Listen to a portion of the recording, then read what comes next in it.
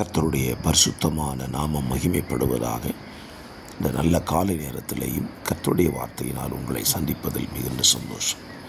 நம்முடைய தேவன் எப்படிப்பட்டவர்? சங்கீதம் 114:8 சொல்கிறது, அவர் கன்மலையை தண்ணீர் தடாகமாகவும் கற்பாறையை நீரூற்றுகளாகவும் மாற்றுகிறவராம்.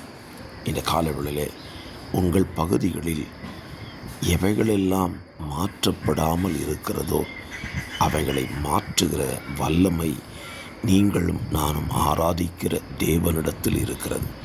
ஆம், விசுவாசிப்பீர்களா? நம்முடைய தேவன் கன்மலையையும் கற்பாறையையும் உடைத்து தண்ணீரை கொண்டு வர வல்லமை உள்ள தேவன். அப்படியானால் நம்முடைய வாழ்க்கையில் எல்லா தடைகளையும் உடைத்து நன்மையை கொண்டு வர நம்முடைய தேவனால் ஆகும். விசுவாசியுங்கள், அறிக்கை செய்யுங்கள். ஆமென்.